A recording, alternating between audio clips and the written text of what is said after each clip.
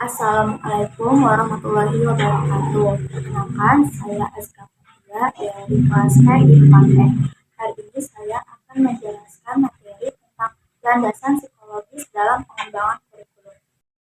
Dalam perkembangan kurikulum, ada beberapa landasan yang harus diperhatikan dalam pengembangan kurikulum, yaitu ada landasan filosofis, landasan psikologis, landasan iptek, serta budaya. Nah, hari ini saya akan menjelaskan tentang landasan psikologis dalam perkembangan kurikulum. Sebelumnya bisa dilihat di gambar, landasan psikologis adalah sebuah landasan pengembangan kurikulum yang mengacu pada aspek-aspek kepribadian peserta didik. Pada umumnya, landasan psikologis ini memiliki peran untuk memetakan kondisi-kondisi dari peserta didik, sehingga saat pengembangan kurikulum dapat tercapai dengan maksimal sesuai dengan kondisi peserta didik di lapangan. Jadi, landasan psikologis itu mengkaji kesamaan antara perkembangan peserta didik, kesiapan mental, serta fisik dengan kompleksitas bahan ajar sehingga kegiatan pembelajaran serta pelatihan akan berjalan sesuai dengan tujuan yang diharapkan. Landasan pengembangan kurikulum untuk menentukan bagaimana suatu sistem pengajaran dapat berjalan dengan semestinya. Selanjutnya ada pengembangan kurikulum. Nah, bisa dilihat juga di atas, pengembangan kurikulum adalah suatu proses merencanakan dan mengembangkan kurikulum oleh pemerintah, sekolah, atau pihak yang bersangkutan untuk mencapai tujuan pendidikan nasional. Nah, kurikulum ini memegang peranan strategis dalam pendidikan, sehingga dalam penyusunan dan pengembangannya tidak boleh dilakukan dengan sembarangan oleh siapapun. Pengembangan kurikulum juga harus dilandasi oleh asumsi-asumsi yang berasal dari psikologi yang meliputi kajian tentang apa dan bagaimana perkembangan peserta didik, serta bagaimana peserta didik itu belajar. Landasan psikologis dalam pengembangan kurikulum ini tidak luput dari peserta didik dengan guru. Nah, peserta didik ini merupakan individu yang sedang berada dalam proses perkembangan. Nah, jadi tugas utama guru adalah membantu mengoptimalkan perkembangan peserta didik tersebut. Nah, oleh karena itu, melalui penerapan landasan psikologi dalam pengembangan kurikulum, tiada lain agar upaya pendidikan yang dilakukan dapat menyesuaikan dengan hakikat peserta didik. Nah, jadi penyesuaian yang dimaksud di sini itu berkaitan dengan segi materi atau bahan yang harus disampaikan, penyesuaian dari segi proses penyampaian atau pembelajarannya, dan penyesuaian dari unsur-unsur upaya pendidikan lainnya. Sebelumnya, kurikulum itu adalah sebagai alat untuk mencapai tujuan pendidikan. Nah, sudah pasti berhubungan dengan proses perubahan perilaku peserta didik. Nah, adanya kurikulum diharapkan dapat membentuk tingkah laku berupa kemampuan atau kompetensi aktual dan potensial dari setiap peserta didik, serta kemampuan-kemampuan baru yang dimiliki dalam waktu yang relatif lama. Jadi, tadi kita sudah mempelajari tentang pengertian landasan psikologi dengan pengembangan kurikulum. Nah, selanjutnya ini landasan psikologi dalam pengembangan kurikulum ini memiliki dua unsur. Yang pertama itu psikologi perkembangan, yang kedua psikologi belajar. Nah, apa sih psikologi perkembangan ini? Nah, psikologi perkembangan ini adalah membahas perkembangan individu sejak masa konsepsi, yaitu masa pertemuan sel telur dengan spermatozoid sampai dengan masa dewasa. Nah, keterlibatan psikologis ini terhadap pengembangan kurikulum ini menurut Rudi Susiana dalam buku kurikulum dan pembelajarannya yaitu yang pertama, setiap anak diberi kesempatan untuk berkembang sesuai dengan bakat, minat, dan kebutuhannya. Yang kedua, di samping disediakannya pelajaran yang sifatnya umum atau program inti yang wajib dipelajari setiap anak di sekolah, disediakan pula pembelajaran pilihan yang sesuai dengan minat anak. Menurut Roberts yang dikutip oleh Zainal Arifin, tugas-tugas perkembangan developmental test yang pertama itu perkembangan yang terjadi masa kanak-kanak usia 3-8 tahun. Contohnya kayak belajar belajar makan makanan yang padat, belajar mengendalikan gerakan badan, belajar menjadi anak yang sesuai dengan jenis kelaminnya seperti berbaur sama temannya, seusianya juga, terus mendapatkan keseimbangan fisiologis, terus membuat konsep-konsep sederhana tentang kenyataan sosial dan membuat konsep-konsep sederhana tentang kenyataan sosial serta fisik. Nah, terus yang terakhir ini belajar menghubungkan diri secara emosional dengan orang tua, seperti bertukar cerita dengan orang tua, saudara. Yang kedua ada perkembangan masa anak-anak usia 8 sampai 12 tahun. Nah, apa aja contohnya? Seperti mempelajari keterampilan fisik, yang kedua membentuk sikap tertentu, yang ketiga belajar bergaul dengan teman sebayanya seperti berinteraksi atau diskusi dengan teman sebayanya.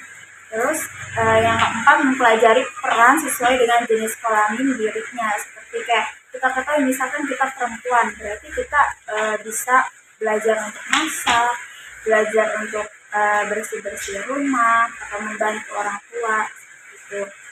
Yang kelima itu membina keterampilan membaca, menulis, dan berhitung. Yang ketiga itu ada perkembangan yang terjadi pada masa remaja usianya 12 sampai 18 tahun. Nah, yang pertama itu kayak memperoleh identitas baru dengan teman sebaya sesuai jenis kelamin secara lebih matang. Seperti yang telah kita sadari bahwa kayak seperti suka gitu sama lawan jenis. Yang kedua itu memperoleh peran sosial sesuai dengan jenis kelamin. Nah, yang ketiga menerima fisik diri dan menggunakan dengan efektif. Nah, yang keempat ini memperoleh kebebasan diri, tidak lagi bergantung kepada orang tua, mandiri seperti itu. Kayak usia jauh dari SMA. Yang kelima ini melakukan pemilihan persiapan untuk jabatan berkaitan dengan perkembangan atau peningkatan kemampuan mental menurut S.B. Harlow yang dikutip oleh Tejo Narsoyo dalam buku yang berjudul Pengembangan Kurikulum Pendidikan mengungkapkan adanya 10 perkembangan manusia dalam aspek pendidikan, yaitu yang pertama sikap kritis, sikap, kebiasaan, dan perilaku yang terbentuk saat menemukan sejauh mana individu ini atau anak berhasil menyesuaikan diri dalam kehidupan sejalan dengan bertambahnya umur. Yang kedua, peran kematangan dan belajar. Nah, maksud dari kematangan di sini adalah terbukanya sifat-sifat bawaan individu seperti dari kecilnya suka marah-marah itu sampai besarnya suka masih ada sifat bawaan. Nah, sedangkan belajar adalah perkembangan fungsi ontogenetik yang berasal dari latihan dan usaha individu. Nah, jadi keduanya ini memiliki peran penting dalam perkembangan individu. Nah, semakin berusaha dan latihan, maka akan semakin mempunyai sifat kematangan yang tinggi. Yang ketiga, pola perkembangan. Nah, pola perkembangan ini baik secara fisik maupun motorik. Nah, yang keempat, pola perbedaan individu. Nah, pola ini apabila dilihat seperti perkembangan secara fisik yang memiliki pola sama antar individu, akan tetapi secara biologis dan genetiknya memiliki perbedaan. Nah, perbedaan ini semakin terlihat ketika semakin bertambahnya umur, pengalaman, pengaruh lingkungan. Nah, yang kelima ini ada tahapan perkembangan. Nah, perubahan dan perkembangan individu masing-masing akan melalui tahapan-tahapan. Pada setiap tahapan juga, tentu individu ini akan menemukan sesuatu yang baru dari penyesuaian dengan lingkungan. Nah, yang keenam, itu setiap tahapan perkembangan itu memiliki resiko. Nah, setiap individu juga pasti akan melalui tahapan ini. Tahapan di mana akan dihadapkannya dengan kenyataan yang akan memberi dampak positif atau negatif bagi perkembangannya. Adapun dampak positif akan membantu keberhasilan, sedangkan dampak negatif ini akan menunda atau bahkan menghilangkan sebuah keberhasilan yang sudah terlihat. Nah, oleh karena itu, pada tahapan ini perlu berhati-hati dalam menghadapinya. Tentu pertimbangan matang perlu diperhatikan sehingga individu mampu mengatasinya. Yang ketujuh, rangsangan. Nah, rangsangan atau stimulus sangat diperlukan untuk mengaktifkan fungsi fisik atau mental. Nah, tidak hanya rangsangan yang berasal dari dalam diri manusia ini, akan tetapi juga rangsangan dari luar. Dengan adanya rangsangan, baik dari dalam maupun luar, diharapkan mampu mengaktifkan kembali fungsi fisik yang telah berkurang. Yang kedelapan ini ada pengaruh budaya. Nah, perkembangan individu sebagai makhluk sosial akan dipengaruhi oleh perubahan budaya, termasuk juga teknologi. Jadi, pada zaman sekarang, anak-anak itu sudah dihadapkan dengan gadget, apalagi antara tahun 2010-an ya, atas tahun 2000-an. Nah, itu anak-anak itu sudah dihadapkan dengan gadget. Nah, terus juga tren masuknya fashion di dunia ini itu akan menambah pengaruh budaya di dalam negeri kita. Yang kesembilan itu harapan sosial pada setiap perkembangan.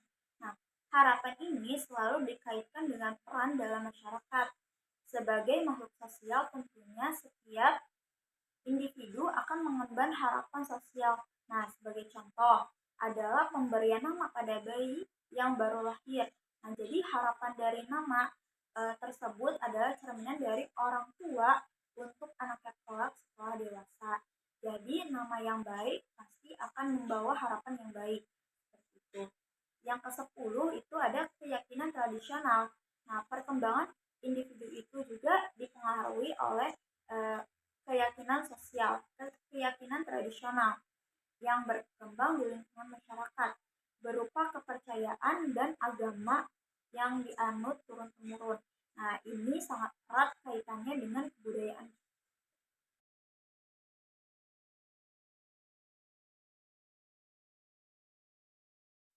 Setelah tadi kita belajar tentang psikologi perkembangan, selanjutnya ada psikologi belajar. Nah, apa sih psikologi belajar itu? Nah, psikologi belajar merupakan studi tentang bagaimana individu itu belajar. Secara sederhana, belajar ini dapat diartikan sebagai perubahan tingkah laku yang terjadi melalui pengalaman. Nah, segala perubahan tingkah laku baik yang berbentuk kognitif, afektif, maupun psikomotor yang terjadi karena proses pengalaman ini dapat dikategorikan sebagai perilaku belajar. Psikologi belajar adalah sebuah ilmu yang mempelajari tentang bagaimana peserta didik mampu untuk melakukan kegiatan belajar. Nah, secara umumnya, belajar ini merupakan suatu proses perubahan tingkah laku karena adanya interaksi individu dengan lingkungan. Nah, perubahan tingkah laku juga ini dapat berupa pengetahuan, keterampilan, sikap, atau nilai-nilai. Nah, perubahan tingkah laku ini karena insting dan pengaruh zat-zat kimia tidak termasuk kegiatan belajar. Pembahasan tentang psikologi belajar erat kaitannya dengan teori belajar. Pemahaman tentang teori-teori belajar ini berdasarkan pendekatan psikologis adalah upaya mengenali kondisi objektif terhadap individu anak yang sedang mengalami proses belajar dalam rangka pertumbuhan dan perkembangan menuju kedewasaannya. Pemahaman yang luas dan komprehensif tentang berbagai teori belajar akan memberikan kontribusi yang sangat berharga bagi para pengembang kurikulum baik di tingkat makro maupun tingkat mikro untuk merumuskan model kurikulum yang diharapkan. Nah, pendekatan terhadap belajar ini tuh berdasarkan satu teori tertentu merupakan asumsi yang perlu dipertimbangkan dalam pelaksanaannya berkaitan dengan aspek-aspek dan akibat yang mungkin ditimbulkan. Sedikit ini ada 3 jenis teori belajar yang berkembang di kurikulum Indonesia khususnya. Bisa kita lihat di atas ada 3 jenis teori belajar. Yang pertama ada teori disiplin mental, yang kedua teori behavioristik, yang ketiga teori kognitif. Nah, apa sih masing-masing dari jenis teori belajar tersebut? Nah, yang pertama kita bahas di sini, yang pertama itu disiplin mental. Nah, teori disiplin mental ini tuh sering juga disebut dengan teori daya. Nah, karena masing-masing dari manusia memiliki berbagai daya, seperti daya untuk berpikir, daya untuk melihat, daya untuk mengingat, dan meraba. Nah, daya-daya ini bisa dilatih sehingga dapat diaplikasikan dalam berbagai bidang ilmu pengetahuan. Nah, oleh karenanya, maka perlu adanya pemindahan daya belajar bukan hanya untuk menguasai materi, melainkan nilai latihan daya. Bisa dilihat juga yang termasuk ke dalam rumpun disiplin mental itu yang pertama ada teori disiplin mental teistik atau psikologi daya. Nah, dalam hal ini pastinya masing-masing peserta didik memiliki daya-daya yang bisa dilatih dan dikembangkan. Nah, yang kedua itu ada teori disiplin mental humanistik. Nah, teori ini berasal dari psikologi humanisme klasik Aristoteles dan Plato. Nah, teori ini memfokuskan pada keseluruhan dan kebutuhan melalui pendidikan umum. Nah, yang ketiga, ada teori naturalisme berasal dari psikologi naturalisme romantik. Nah, yang berarti peserta didik ini mempunyai kemauan dan kemampuan belajar dan berkembang secara mandiri. Nah, yang keempat ini ada apersepsi atau herbatisme. Nah, berasal dari psikologi strukturalisme yang berarti belajar ialah membentuk masa apersepsi yang hendak digunakan untuk menguasai pengetahuan selanjutnya. Yang kedua ada teori behavioristik. Nah, rumpunnya itu ada tiga. Yang pertama teori S.R. Bond. Nah, berasal dari psikologi koneksionisme atau teori asosiasi yang menyatakan bahwa belajar ialah suatu proses kegiatan untuk membentuk sebuah hubungan stimulus respons. Nah, jadi berdasarkan teori ini tuh ada tiga hukum belajar. Yang pertama itu ada kesiapan, yang kedua latihan atau pengulangan, yang ketiga adalah efek atau akibat. Nah, yang rumpun kedua itu ada teori conditioning atau stimulus response with conditioning. Nah, hubungan ini antara stimulus dengan respon itu perlu dibantu dengan suatu kondisi tertentu. Nah, contohnya ketika peserta didik masuk kelas, istirahat, dan pulang sekolah itu perlu adanya tanda bel sebagai stimulus. Nah, rumpun yang ketiga itu ada teori reinforcement. Nah, dalam teori ini tuh kondisi di mana diberikan pada respon, misalnya memberikan reward berupa nilai tinggi, pujian atau bahkan hadiah. Karena itu merupakan daya tarik untuk melatih peserta didik untuk lebih semangat. Yang ketiga itu ada teori kognitif. Nah, teori kognitif ini memandang peserta didik dari segi kematangan mental yang tumbuh secara bertahap sebagai hasil dari interaksinya di lingkungan. Nah, kaitannya dengan ini itu adalah peserta didik harus dibimbing dengan cermat dan materi pelajaran ini harus seimbang dengan tingkat perkembangannya, tingkat perkembangan kognitifnya. Dalam Pijat mengungkapkan dalam bukunya Nasution itu ada 4 tahap pokok dalam perkembangan kognitif intelektual. Yang pertama itu bisa dilihat ada tahap sensomotoris itu sejak lahir sampai usia 2 tahun. Nah, di mana tahap ini itu untuk bayi ketika memulai mengenal lingkungan dengan alat inderanya. Seperti sensoris ya, pendengaran, penglihatan, penciuman, pengacapan, dan peradaban. Dan juga melalui kemampuan motorisnya, seperti berjalan, bergerak, dan merangkak. Yang kedua, itu ada tahap praoperasional. Nah, di mana usianya itu 2-7 tahun lebih. Nah, jadi pada tahap ini itu bayi lebih cenderung menangkap pengaruh dari lambing atau warna, bentuk, gambar, dan lain-lain. Selain itu, bayi itu akan mulai mengenal orang lain dan mengenal dunianya.